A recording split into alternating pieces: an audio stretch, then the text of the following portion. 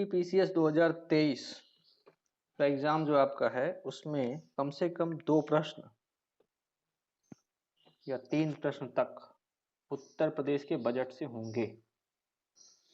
तो ये topic most important हो जाता है प्री और मेंस दोनों के लिए। उत्तर प्रदेश का बजट जो 2023-24 का भी आया है उसके कुछ इम्पॉर्टेंट पॉइंट्स हैं, उनको जो है आप देख लीजिए। वित्त मंत्री सुरेश कुमार खन्ना ने 22 फरवरी 2023 को बजट पेश किया है। आगामी वर्षों में 1 ट्रिलियन इकोनॉमी तथा आत्मनिर्भर यूपी बनाने के लक्ष्य का पूरा रोडमैप इस बजट में नजर आया है। ठीक है, तो यूपी की जो इकोनॉमी है उसको 1 ट्रिलियन इकोनॉमी बनाना है। पहली बात, योगी सरकार का लगातार 6वां बजट है, जबकि दूसरे कार्यकाल का ये दूसरा बजट था। ये पॉइंट इंपॉर्टेंट है, स्टेटमेंट में आ सकता है। उत्तर प्रदेश के बजट का आकार कितना है? 6,90,242 करोड़ 43 लाख रुपए उत्तर प्रदेश का बजट है। इसको सीधे 690,242.43 करोड़ रुपए आप याद कर लीजिए। पूर्व बजट से 12.25% ये अधिक है। 2022 के बजट से कितना ज्यादा है? 12.25%। राजकोषीय घाटा कितना है? 84,883.16 करोड़ रुपए। ठीक है, जो जीएसडीपी का 3.48% है। ठीक है, जो राज्य की जीडीपी है उसका 3.48% है। यूपी का भारत की जीडीपी में 8% का योगदान है और जीएसडीपी वृद्धि दर 2022-23 में 16.8% थी, 2023-24 में 19% अनुमानित है। इतने आंकड़े तो मोस्ट इंपॉर्टेंट हैं, ये आपको एक ही बार में याद हो जाना चाहिए। बजट में क्या क्या प्रावधान किए गए हैं तो वित्त मंत्री सुरेश कुमार खन्ना द्वारा ये प्रस्तुत किया गया। इसमें बताया गया कि उत्तर प्रदेश 24 करोड़ की देश की सर्वाधिक जनसंख्या वाला राज्य है। तो यूपी की आबादी कितनी है? 24 करोड़ और देश की सर्वाधिक जनसंख्या वाला राज्य है उत्तर प्रदेश। देश की जीडीपी में उत्तर प्रदेश का योगदान 8% से अधिक का है। भारत की जीडीपी में यूपी का योगदान कितना है? 8% से ज्यादा है। 2021-22 में प्रदेश के जीएसडीपी में 16.8% की वृद्धि दर्ज की गई है, जो देश की विकास दर से अधिक रही है। फाइनेंशियल ईयर 2023-24 में जीएसडीपी में वृद्धि की दर 19% अनुमानित की गई है। ठीक, 2017 से पूर्व प्रदेश की जो बेरोजगारी दर रही वो 14.4% थी, वर्तमान में कितनी है? 4.2% है। तो वर्तमान में उत्तर प्रदेश में बेरोजगारी दर कितनी है? 4.2%। ये इंपॉर्टेंट आंकड़ा है। लखनऊ में 10 से 12 फरवरी 2023 के मध्य Uttar Pradesh global investors summit का आयोजन किया गया। तो ग्लोबल इन्वेस्टर्स समिट का आयोजन कहाँ हुआ है? लखनऊ में हुआ है, 10 से 12 फरवरी के बीच में। इस समिट में लगभग 33.50 लाख करोड़ रुपए का 19,000 से अधिक समझौता ज्ञापनों पर हस्ताक्षर किए गए। तो जो कंपनियां आई हैं उन्होंने 33.50 लाख करोड़ रुपए का जो है समझौता किया है। अधिकांश समझौता ज्ञापन जो हुआ है आपका इस ग्लोबल इन्वेस्टर समिट में, उसमें नवीकरणीय ऊर्जा के क्षेत्र में 16%, इलेक्ट्रॉनिक्स में 12%, औद्योगिक पार्क में 11%, शिक्षा में 9% और लॉजिस्टिक्स में 9%। 1 दिसंबर 2022 से 30 नवंबर 2023 के मध्य G20 सम्मेलन के अंतर्गत यूपी के 4 शहर शामिल हुए हैं, जिसमें लखनऊ, आगरा, बनारस और ग्रेटर नोएडा। और इसमें 11 बैठकों का क्या किया गया है? आयोजन किया गया है। तो G20 के सम्मेलन के तहत 4 शहरों में मीटिंग हुआ है, लखनऊ, आगरा, बनारसी और ग्रेटर नोएडा। पीएम आवास योजना ग्रामीण और शहरी के अंतर्गत आवास निर्माण, ग्रामीण स्वच्छ शौचालय निर्माण, सूक्ष्म लघु मध्यम उद्योगों की स्थापना, स्मार्ट सिटी मिशन के अंतर्गत India smart city award contest में तथा पीएफएमएस पोर्टल द्वारा डीबीटी के माध्यम से लाभार्थियों को धनराशि हस्तांतरण करने में उत्तर प्रदेश का देश में प्रथम स्थान है। ठीक, तो किन किन चीजों में यूपी का स्थान प्रथम है एक बार फिर से देख लीजिए। प्रधानमंत्री आवास योजना ग्रामीण और शहरी के अंतर्गत आवास निर्माण, मकान बनाने में, ग्रामीण स्वच्छ शौचालय निर्माण, शौचालय के निर्माण में, सूक्ष्म लघु मध्यम उद्योग एमएसएमई की स्थापना में, स्मार्ट सिटी मिशन के अंतर्गत India smart city award contest में, तथा पीएफएमएस पोर्टल द्वारा डीबीटी के माध्यम से लाभार्थियों को धनराशि हस्तांतरण करने में, ट्रांसफर करने में यूपी का देश में प्रथम स्थान है।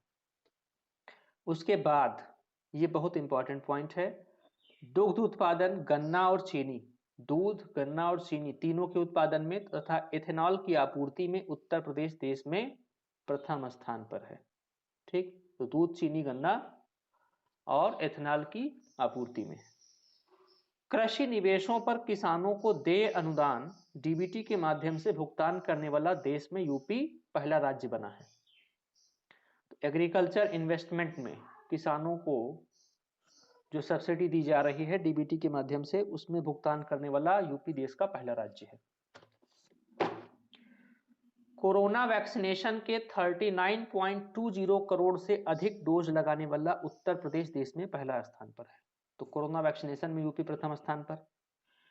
भारत सरकार द्वारा स्टार्टअप रैंकिंग के तहत यूपी को इंस्पायरिंग लीडर के रूप में सम्मानित किया गया है। ठीक है, तो इंस्पायरिंग लीडर के रूप में सम्मानित किया गया है किसको? उत्तर प्रदेश को। और कोरोना वैक्सीनेशन में यूपी प्रथम स्थान पर है। यूपी कौशल विकास नीति को लागू करने वाला देश का प्रथम राज्य बन गया है। तो उत्तर प्रदेश कौशल विकास नीति को लागू करने वाला देश का पहला राज्य।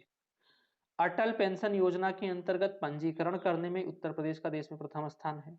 ठीक, बालिकाओं के प्रति आम जन की सकारात्मक सोच विकसित करने हेतु संचालित मुख्यमंत्री कन्या सुमंगला योजना के अंतर्गत प्रति लाभार्थी को 15,000 तक की धनराशि से लाभान्वित किया जा रहा है और फाइनेंशियल ईयर 2023-24 के लिए 1050 करोड़ रुपए की व्यवस्था इस योजना के लिए प्रस्तावित है। कन्या सुमंगला योजना इंपॉर्टेंट है और ये एग्जाम में पूछी जाएगी। कितना इसके लिए मिला है? 1050 करोड़। मनरेगा के अंतर्गत वित्तीय वर्ष 2022-23 में अब तक प्रदेश में 26,29,000 मानव दिवस सृजित कर देश में पहले स्थान पर है। तो मनरेगा में भी यूपी फर्स्ट नंबर पर है। फाइनेंशियल ईयर 2023-24 के बजट में झांसी लिंक एक्सप्रेसवे तथा चित्रकूट लिंक एक्सप्रेसवे की नई परियोजनाओं के प्रारंभिक चरण के लिए 235 करोड़ रुपए की क्या किया गया है? व्यवस्था प्रस्तावित की गई है। तो दोनों हाईवे के लिए कितना मिला है? 235 करोड़ रुपए। बुंदेलखंड एक्सप्रेसवे के साथ डिफेंस कॉरिडोर परियोजना के लिए 550 करोड़ रुपए की व्यवस्था प्रस्तावित है और यमुना एक्सप्रेसवे औद्योगिक विकास प्राधिकरण द्वारा 1000 एकड़ भूमि पर अंतरराष्ट्रीय फिल्म सिटी की स्थापना की जा रही है। तो अंतरराष्ट्रीय फिल्म सिटी कहां बनेगा? आपका ग्रेटर नोएडा में बन रहा है और यमुना एक्सप्रेसवे द्वारा इसको जो है 1000 एकड़ भूमि पर जो है ये प्रस्तावित है। उत्तर प्रदेश का कुल भौगोलिक क्षेत्रफल 240.93 लाख हेक्टेयर, जिसमें से 188.40 लाख हेक्टेयर भूमि कृषि योग्य है, इस पे खेती हो रही है, और इसमें से 165.42 लाख हेक्टेयर क्षेत्रफल पर कृषि कार्य होता है। ठीक है, तो पूरा क्षेत्रफल 240.93, जिसमें से 188.40 लाख हेक्टेयर भूमि क्या है? कृषि योग्य है, खेती करने योग्य है, और उसमें से भी 165.42 लाख हेक्टेयर क्षेत्रफल पर जो है कृषि कार्य हो रहा है। उत्तर प्रदेश सौर ऊर्जा नीति 2022 के क्रियान्वयन हेतु 317 करोड़ रुपए की व्यवस्था प्रस्तावित है। नीति के अंतर्गत 5 वर्षों में 22,000 मेगावाट विद्युत उत्पादन क्षमता का लक्ष्य रखा गया है। तो कितना लक्ष्य रखा गया है? 22,000 मेगावाट का लक्ष्य रखा गया है। महाकुंभ मेला 2025 का भव्य आयोजन विश्व स्तरीय सुविधाओं के साथ किया जाना है और इसके लिए कितना दिया गया है? 2500 करोड़ रुपए की व्यवस्था कुंभ के लिए की गई है। ठीक है, नेक्स्ट पॉइंट क्या है? वर्तमान में यूपी में वनावरण प्लस वृक्षावरण प्रदेश के भौगोलिक क्षेत्र का 9.23% है। जो फॉरेस्ट्रेशन है आपका और ट्री कवर है वो 9.23% है। वर्ष 2030 तक वनावरण और वृक्षावरण 15% तक किए जाने का लक्ष्य है। लखनऊ स्थित कुकरेल वन क्षेत्र में नाइट सफारी पार्क की स्थापना के लिए 50 करोड़ रुपए की व्यवस्था प्रस्तावित है। ठीक है, इतने पॉइंट हैं जो बजट में आपके लिए इंपॉर्टेंट हैं। ठीक है, तो ये आपको याद होने चाहिए। इसके बाद कुछ और देख लेते हैं, जैसे प्रस्तुत बजट का आकार कितना है, तो 6,90,242 करोड़ 43 लाख रुपए। बजट में 32,721 करोड़ 96 लाख रुपए की नई योजनाएं सम्मिलित की गई हैं। कुल प्राप्तियां कितना है, ये पूछा कभी जाता नहीं लेकिन लिख दिया है मैंने। ठीक है, तो 6,83,292 करोड़ 74 लाख। कुल व्यय कितना है, 6,90,242 करोड़ 43 लाख रुपए। राजस्व बचत 68,511 करोड़ 65 लाख रुपए। राजकोषीय घाटा 84,883 करोड़ 16 लाख रुपए। ठीक है, तो राजकोषीय घाटा जो वर्ष के लिए अनुमानित सकल राज्य घरेलू उत्पाद का 3.48% है। तो राजकोषीय घाटा याद रखिए, इसका परसेंटेज पूछा जाता है, 3.48% है जीएसडीपी का। ठीक है,